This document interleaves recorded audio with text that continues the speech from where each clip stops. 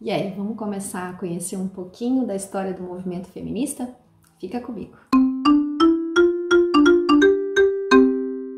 Olá, sou Gisele Martinhago, você está no canal Martas e Marias, seja muito bem-vinda! Se você assistiu o primeiro vídeo dessa série, onde eu comecei a falar sobre feminismo, você já compreendeu que não é possível você se posicionar como uma mulher cristã e como uma mulher feminista. Vou te lembrar rapidinho por quê, para a gente poder entrar no assunto realmente do vídeo de hoje. Nós falamos que feminismo e cristianismo são duas ideias opostas. Não há como colocar elas no coração e andar junto. É como se você estivesse querendo caminhar em dois caminhos diferentes. Por que eu te digo isso? Porque os caminhos de Deus são eternos, ele trabalha com princípios. Então, aquilo que Deus estabeleceu há 4.000 anos antes de Cristo continua sendo verdade ainda hoje, continua sendo colocado em prática e a gente vive isso e isso dá certo. Então você conserva isso e você vai ensinando os seus filhos e você vai passando isso de geração em geração. E Deus tem algo a dizer, né, sobre casamento, sobre o papel do homem e da mulher, sobre a sexualidade, sobre a questão dos filhos, a educação dos filhos. A questão é o quê? O feminismo é uma ideia moderna de 100 e poucos anos aí.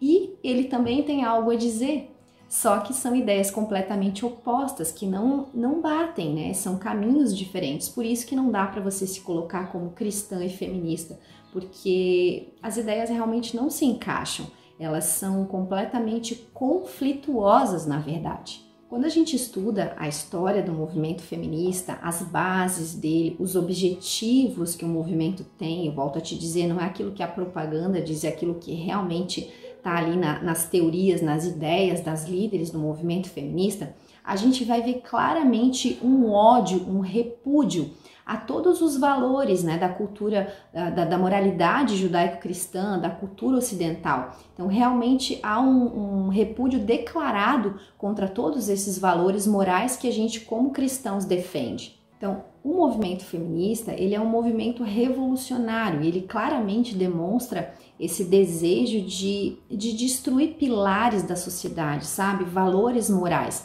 Ele leva para um lado mais egoísta, de promiscuidade, de você ter uma ideia de liberdade, que na verdade a gente poderia chamar de libertinagem, ou a palavra de Deus chama de pecado, de ser escravo do pecado, de você satisfazer os desejos da tua carne. Ela diz que isso nos escraviza, inclusive a vícios, né? E o feminismo vai alimentar tudo isso, então por isso que se opõe tão forte ao cristianismo. Na introdução, né, do livro da Ana Campagnolo, que a gente vai usar como base aqui para os nossos estudos, então Feminismo, Subversão e Perversão, ela vai citar o seguinte, ó: o feminismo é um movimento político que contribui para o desentendimento e a crescente amargura entre os sexos, acelera a desagregação familiar, induz a eterna insatisfação e a libertinagem sexual, valendo-se para isso de discursos sofistas, pesquisas fajutas e manchetes tendenciosas, geralmente às custas do dinheiro de contribuintes alheios ou contrários a tais objetivos.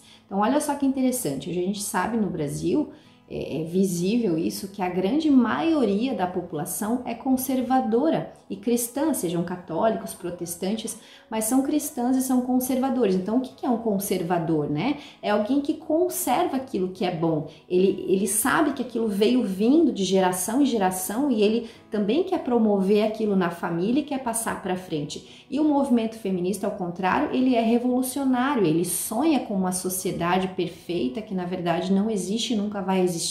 E isso já se provou em vários outros lugares onde, né, a esquerda, enfim, atuou e atua, mas eles acreditam nisso. Então é um movimento revolucionário que quer destruir todas essas bases.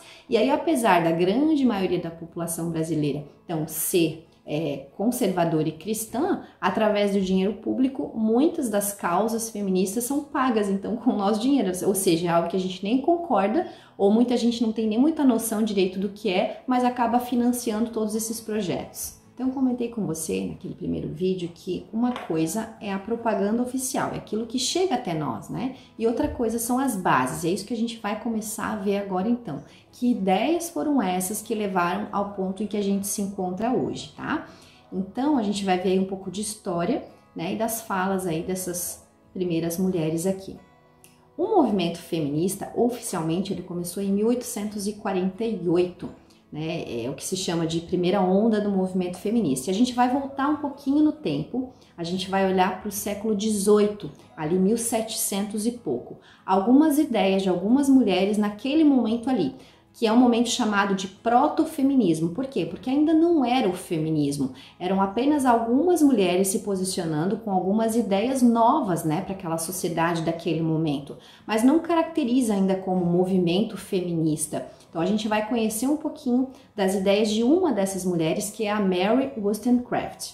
Na verdade, dois nomes marcam ali principalmente esse final do século XVIII, né, 1790 por ali, que é a Olympe de Gouges, que é uma francesa, e a Mary Wollstonecraft, que é uma inglesa.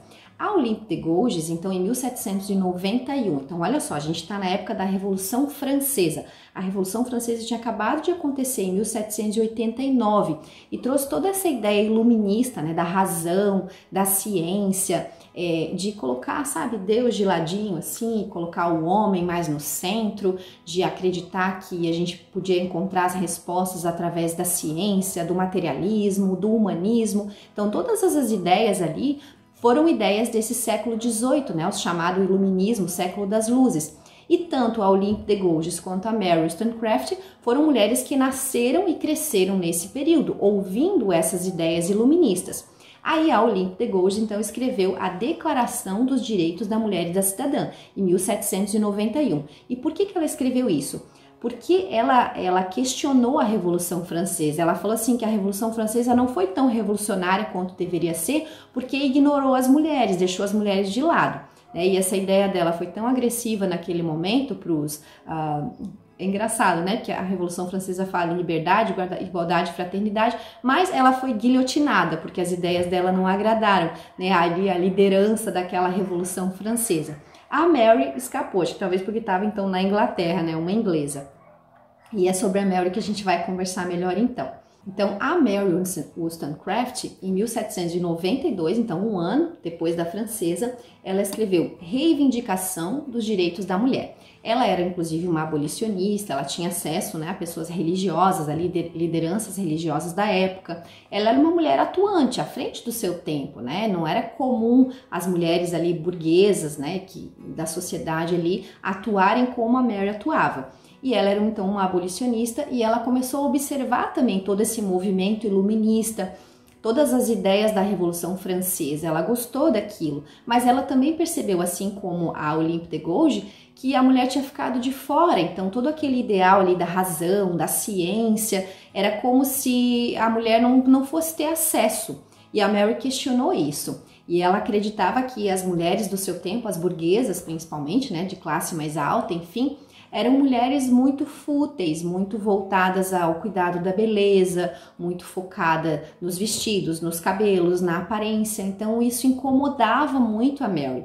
E ela acreditava que isso era resultado da educação que essas mulheres receberam. Então que as mulheres precisavam ter esse mesmo espaço que os homens tinham de buscar esse conhecimento na área da política, da economia, da filosofia. Então, ela acreditava que assim as mulheres também podiam pensar, tinham a mesma capacidade, só faltava a elas o mesmo tipo de oportunidade, digamos assim.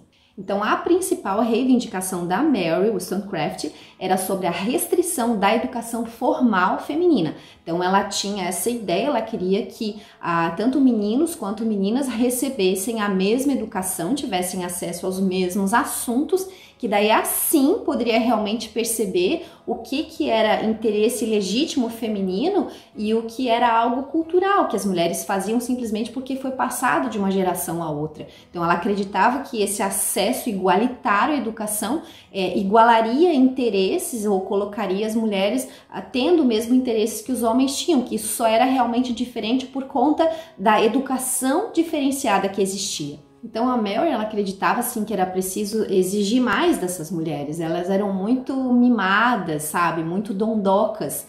E segundo a Mary, elas estariam ali sob uma casca social protetora, o que difere muito, né, do discurso das feministas hoje que falam tanto em opressão feminina. A Mary enxergava justamente o contrário. Ela dizia que as mulheres eram mimadas demais, né, e precisavam ser mais cobradas para se desenvolverem mais como mulher, como pessoa. Inclusive ela acreditava que isso faria delas até mulheres mais virtuosas, mais, digamos assim, até auxiliadoras melhores para os seus maridos. De alguma forma até concordo com a Mary, né? Então elas podiam usar a mente, usar a razão, buscar outros afazeres, outros interesses, além daquilo que elas estavam habituadas a fazer. Só que a Mary, diferente do que eu comentei com você no começo do vídeo, que o movimento feminista ele tem um repúdio declarado aos valores morais judaico-cristãos, a Mary não era assim, apesar de ela ter tido algumas dificuldades na vida amorosa dela, ela não ter tido um casamento complicado, enfim, toda uma questão ali, a gente não vai entrar nesses méritos agora.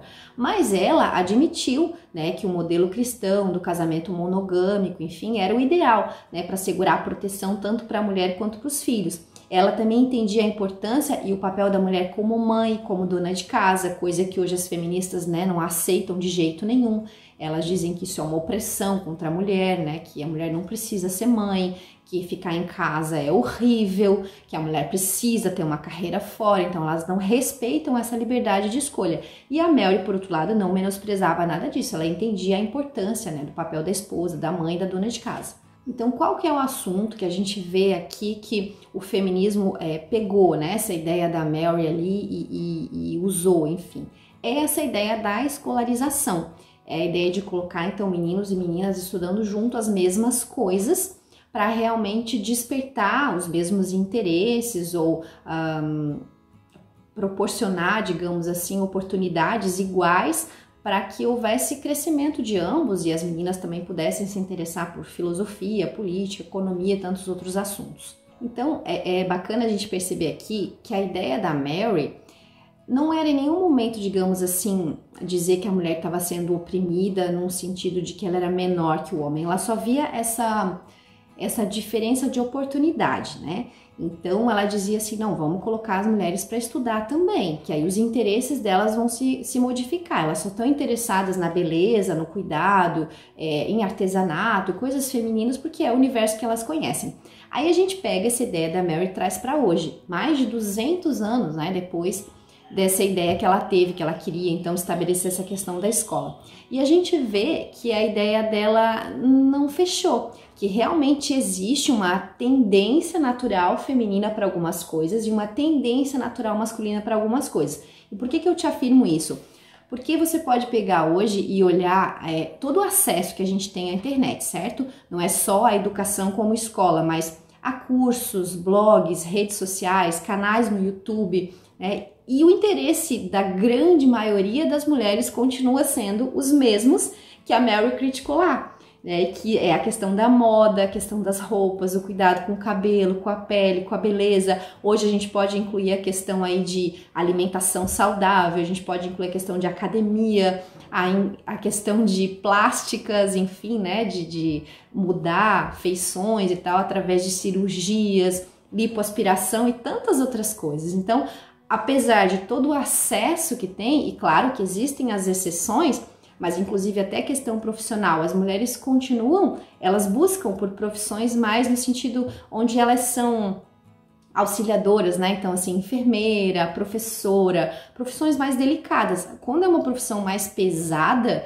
a gente precisa ser sincera, continua majoritariamente os homens. Então, dificilmente você vê uma mulher se colocando à disposição para trabalhar numa mina de carvão, enfim, tantos outros trabalhos pesados que existem. Então, se a Mary pudesse ver o cenário hoje, ela ia ver que não funcionou, que realmente a teoria dela de que os interesses da mulher naquelas coisas consideradas fúteis por ela era por causa do não acesso à mesma educação que os homens, então ela veria que não é bem assim. Apesar de todo o acesso, fica evidente, vamos dizer que tem as exceções, repetindo, mas fica evidente que a grande maioria das mulheres continua se interessando por assuntos mais femininos e os homens mais masculinos, né? Então, o homem ali, carro, enfim, ferramentas, construção e tantas outras coisas que a mulher não quer nem saber.